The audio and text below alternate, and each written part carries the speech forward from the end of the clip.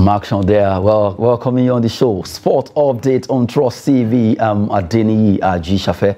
It's time to look at stories trending again. As we start with Nigerian National League NNL, we'll be looking at 8 groups. We have 4 groups in the Northern Conference and also 4 groups in the Southern Conference, where 4 teams right now, they've qualified for the Super 8, while the remaining 4 will be fighting hard to see how they can also make it to the Super 8 before the main winner of the league will be determined there. In the studio with me is Olawale Peters. Good to have you. Thank you, Adeni. It's a pleasure being here. Yes, let's start with the first, looking at the NNL, Nigerian National League.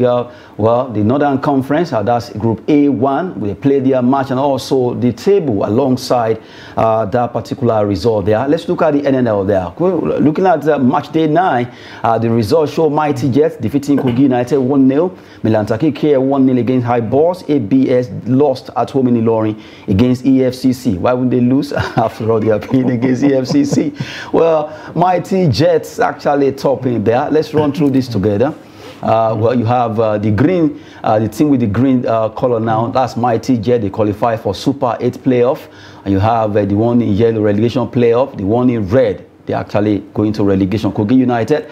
And it's obvious right now that EFCC, ABS, High Boss, Milantaki Care, they are still safe from the way it is. Yeah, they are still safe for now. And I think this is the league where we have more individual having the clubs, unlike we have in the Nigeria professional football leagues, and it is a bit difficult to see some of these clubs making it to the NPFL. Let's look at Mighty Jet, for example. Now, the last time they played in the Tier 1, that's the Nigerian Professional Football League, was in 1973, and they were founded in 1970. So that means in 1973 up to now, they've never make it to the Nigerian Professional Football League because what? Funds are not really available to them. Let's compare them with the likes of Rivers United or Bended Insurance. We knew how much the Edo State government have spent when it comes to supporting and giving the Bended Insurance what they've achieved today, and also with Rivers United. So that's why it's a bit difficult for the NLL teams to make it when they get to the NPFL. It's like trying a tryout. They come this year, following next year or thereabout. So that is why we are calling on the Minister of Youth and Sport to look into a way of privatizing the Nigerian Professional Football League. Let's allow individuals that have the money, just like they have in the banking sector, that there's a percentage that government can have, as in the stake that they can have in each bank. Let's have it in all these clubs also, that each club in each state, you shouldn't have more than 10% stake or 15% stake in it.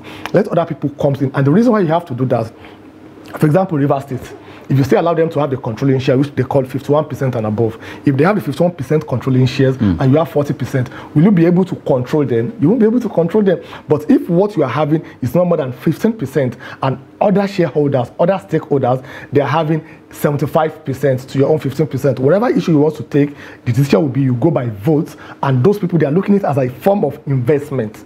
And they'll be looking at it as purely a business. So that's what we need to do with the NNL so that it can gain more attention. Look at the championship in England, for example. Now, it's even more interesting to watch than the Premier League, but people don't understand Same thing with Serie B, Serie B also. Serie C. So we should have that also, so that the concentration will not be on the Nigerian Professional Football League alone. We should go to the second tier, and this is where we can get greatest tomorrow, the future Super Eagles, the future Flying Eagles, the future Golden Eagles. That is what we really need to do. A very good one, and like you said, who wants to beat the FCC? Do you want to beat the FCC? Because if you beat the FCC, seriously, even the goal that you scored, they can come and audit the goal and say there's an element of corruption in it. So a very good one for the team and a very good one for Mighty Jet, and let's see what will happen. Well, from there, we just look at Group A1 Northern Conference there. Let's switch to Group A2, still in the Northern Conference. The teams are qualifying for the Super 8, just like you have the Super 6 in the NPFL. Katsina United, they've qualified there right now. They also did well by at least they want to fight to see how they can come back to the NPFL next season. Well, right now, Katsina United are topping the group and they've already qualified. Katsina United, Kano Pillars, they've all done the business. And you look at Jigawa Golden Star, City FC, NAF FC, FWC Champion, 3 Abuja teams in that place. You have City FC, NAF FC, FWC are all from Abuja. Even the Green Beret, well, the Green Berets are based in Kaduna. But right now, the last match they played, Jigawa Golden Star defeated City FC 2-0. NAF FC lost against FWC champions. Green Beret shared the spoils against Katsina United. 1-1, it ended. And right now, Katsina United, they qualify for Super 4 celebrations there. Hoping that Super 8 rather. Yeah, Super 8, and that's a celebration for them also.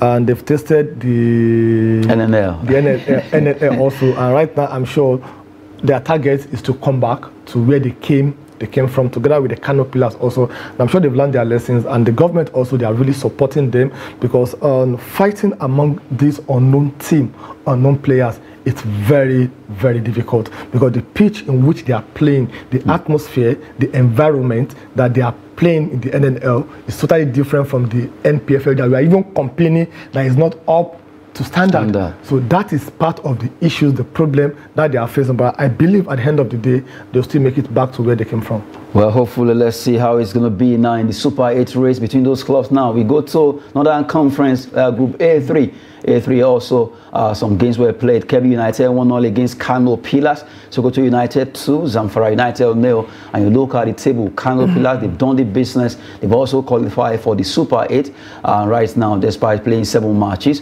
Kebbi are second, Malumfashi FC, Sokoto United, Zamfara. Good one for Kano Pillars. Let's go to Group A4 right now. So Kano, Katsina, they've also done it. And you have DMDFC. Right now, they are topping their group, but they are yet to determine who qualifies here, because they still have a match to play there. Police Machine, Ubidisa Stars, Adamawa United will all fight for honors to see who stays on from this Group A4. Well, quickly, let's go to the Southern Conference of Nigeria, where we have Group B1, B2, B3, and B4. FC One Rocket. They've done it right now with their One Rocket. They've scaled through to the NNL Super 8 ahead of others. Well, the battle is really on in this group. You have Rovers coming second with 16 points. Warri Wolves, Van Dresser, Hensat, Go Round FC. In the last match they play, FC One Rocket blew out Van Dresser 3-1. Go Round FC 0-0 against Rovers, and Hensat lost 1-2 against Warri Wolves of Delta State. Yeah, a very good one. And that your last statement, Go Round FC. It's like we have a funny way of going around, of going around, and probably that is why they are going back to relegation. Seriously, because they are going. So this is a very good development. Also, instead of having a jam-packed fixtures, what we have right now, just like we have in the NPFL, that you have two groups, we are having here also. Eight groups, and whoever wins, whoever top their group will now be the one to qualify. We've seen the likes of Kano Pillars, we've seen the likes of Katsina United, we've seen the likes of Mighty Jet, we've seen the likes of FC One Rocket also. So that means when it comes to those 8 people, it will be a tough one. There's no pushover, there's no walkover, there's no Go Round FC that everybody will look at the whipping team off the table. So I think it's going to be very interesting. One more thing that I think the IMC needs to look into is to look at this designated place where they'll be playing these matches. Look at a place where it will be more visible, where it will be more pronounced, where there will be more attention given to them, where everybody will really know what they are really doing, what is happening. Because I'm sure a lot of people doesn't know that this NNL, what are they doing? When they win, where are they going Let alone NLO, the third tier. The third tier. This is the second tier, and whoever from the Super 8 here, we're going to have 4 teams that will qualify to go to the NPFL. And from the NNLO also, we have those that will qualify to represent. So these are the things that we need to do more media awareness to people, so that people will know that, oh, okay, the way they have it in Europe also, we have it here in our country. So we need that more media publicity to really let people know that this is what is going. And where best can they do this? They can do this in Abuja. We have this Abuja stadium. We are not really utilizing it the way it should be utilized. It's only when we are playing international matches, Super Eagles, and the ill luck that Super Eagles are bringing to this stadium, we need to raise it by bringing in all these teams. Let them also feel the importance of playing at the national stadium. Some of them, I'm being sincere with you, most of this club, probably some of the players have not been to Abuja before. They've not played in the stadium that looks like Abuja Stadium before. So let's give them that exposure that we have internally here. So we can have the futures, we can say, oh, this is where we are playing. I think it will be a very good thing for them to look into. Well, good one there. A quick look at the remaining parts of the Southern Conference. We just look at the B1. Let's look at B2, 3, 4. We have Sporting Lagos topping this group, although it's still open for anyone there. 15, 15, 15. Crown FC, Ijebu United, a big one for the three teams, really trying to slug it out there in that group. They played their last match day 9. Crown FC peeped Sporting Lagos 1-0. Ijebu United did well against Gateway United in the derby there, 1-0 in Abeokuta. Smart City against FC Joy Comets. That's a match coming up today. Well, quickly, we look at Group B, B3 now. Abeokuta Stormers are topping there. Ekiti United, Madiba FC, Ikorodu City, and FC Ebede. Well, right now, Abeokuta Stormers defeated Ikorodu City 3-1, their last game. And you look at the match between Madiba and Ebede being on hold. Let's look at the last group in the Southern Conference of this particular Nigerian National League B4 now, as you look at their own table there. Well, Atlant did well, playing away to Ibom Youth in Akwa Ibom State. They were able to win 2-1, and Sinosho Pomel Idel FC 4-0. You have Abia Comet 1, Giant Brillas 0. How come Giant Brillas lost to Abia Comet? What happened to the Giant? Giant Brillas coming second so far in this group. For Heartland, they've also done the business of qualifying. Well, right now, they've won 6 matches out of 9. They drew 3. They have 21 points. I have right now, Heartland, Katsina, Kano, Pillars are all qualifying for the Super 8. Well, good one for Heartland, Kano, Pillars, Katsina, showing that, yes, where we came from, we want to go back there. Okay, if you ask me to make a prediction, I think Kano, Pillars, Katsina, and Heartland, 3 of them will qualify. It's only one from the remaining 4 teams that will join Kano Pillars, Katsina United, and Heartland. Why? Based on their experience, their exposure, and what is already available for them in terms of the support they are getting from their government. I would be surprised if any of these 3 didn't make it back to the MPFL. Well, we've been looking at the Nigerian National League, the second tier of Nigerian Football League, where we showcase the match day 9 table, and also letting you know that at least some clubs right now, they've qualified for Super 8. The battle is still on, though, to see who will join the likes of Kano Pillars, Katsina, and Heartland, the Nazi millionaires, as they call them. Away from Nigerian football, let's quickly talk about an event that happened over the weekend against a Brazilian player. Vinicius Jr. was really attacked with racist chants on the match that Real Madrid played. It wasn't a good one for Vinicius Jr. right now. He's getting solidarity support across the world, coming from even FIFA President Gianni Infantino, who actually offers support to Vinicius Jr. after a racism row. A big one there. Valencia fans didn't do well, actually chanting monkey chant against Vinicius Jr. Do a lot of African players, Brazilian, black players, a lot of them have been through this kind of issue before, but that particular was too kind of very loud against Vinicius Jr. and it has been very common. And right now, news have it that a lot of countries, clubs are issuing statements to give him support and also give other players support concerning this particular issue. Yeah, I think the issue of discrimination against someone's race or tribe is totally uncalled for, and especially when it comes to sports. Sport is something that brings everybody together. So I think what they need to do, it's not about solidarity, support, or word of encouragement. And this is not the first time, this is not the second time, and this will not be the last time that this will happen. I think the FIFA, they need to look into the sanction metrics of if such incident happened, what would be the penalty? The first penalty they look into is fine, $30,000. I think that shouldn't be the first now. The first should be point deduction. That should be the first, without option of fine.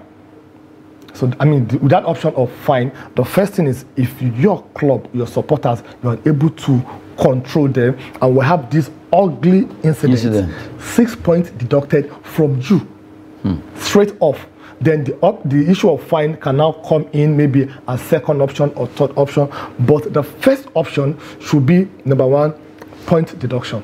Either Champions League, that's your whatever competition, point deduction. Either 3 points, 4 points, or 6 points. Then you have to now trace it down to the individual.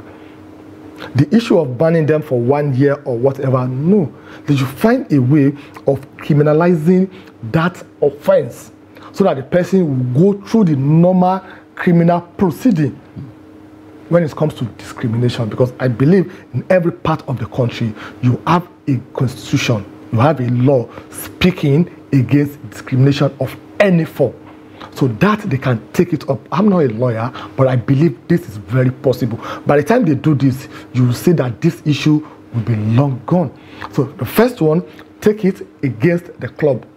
3, 4, 5, 6 points. Then the 2 individual, take it upon them. Criminalize the offense. Let them know that they have it in their record that you are now a criminal.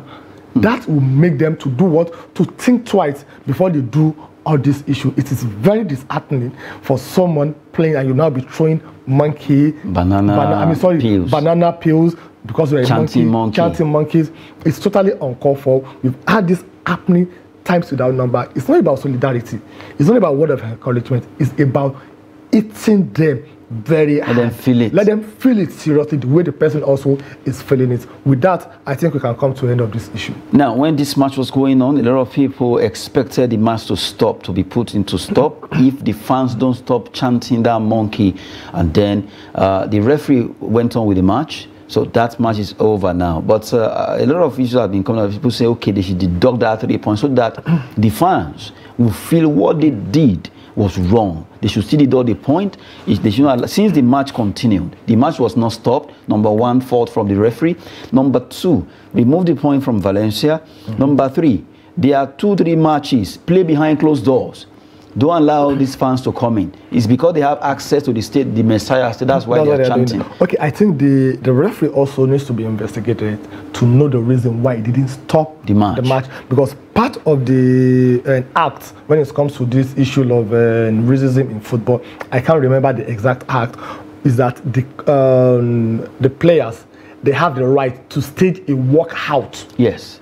They have, Real Madrid ought to walk out from that pitch. They have the right to stage a walkout. If I am the coach, if I'm Ancelotti, and that's the situation, I will trigger that. Maybe in communication to your legal advisor or your lawyer at the club that this is what is happening. Can I do this in conformity with the acts that establish sanction? Because it's there, but I can't really recall the particular section, so they can stage that walkout. I think until we start doing this, these people, they will not stop this. It's very, very disheartening, sincerely. Very disheartening to see players playing on the pitch, and they are actually there to entertain the fans. Yet you call them monkey or throwing banana peel at them. It's not too good after all. They have the same 2 eyes that you have, just because of the color, and you are not the creator. Anyway, we're just talking about football. Away from that, let's look at our last straw. Spanish La Liga fixture will be coming. But before we just look at those fixtures, let's just run through some story in the world of transfer. Well, Manchester United are in talks over a deal for Neymar. Neymar is a player of PSG. Right now, they want to get him to Manchester United. That's one. And we look at another one. Liverpool are close to agreeing a deal with Brighton midfielder Alexis McAllister.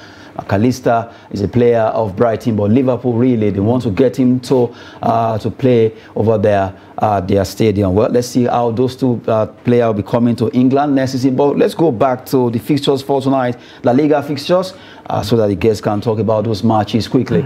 So Real Valladolid against Barcelona, Almeria Sociedad, Celta de Vigo against Girona. But Barcelona, they done the business. Maybe they should allow their feeder team to come and play this game. Well, anyway, if they do that one, also they will be investigated. No, just throwing some match fixing also. So they still need to feed some of their best players also. So I think what like Barcelona, they don't have anything planned for again.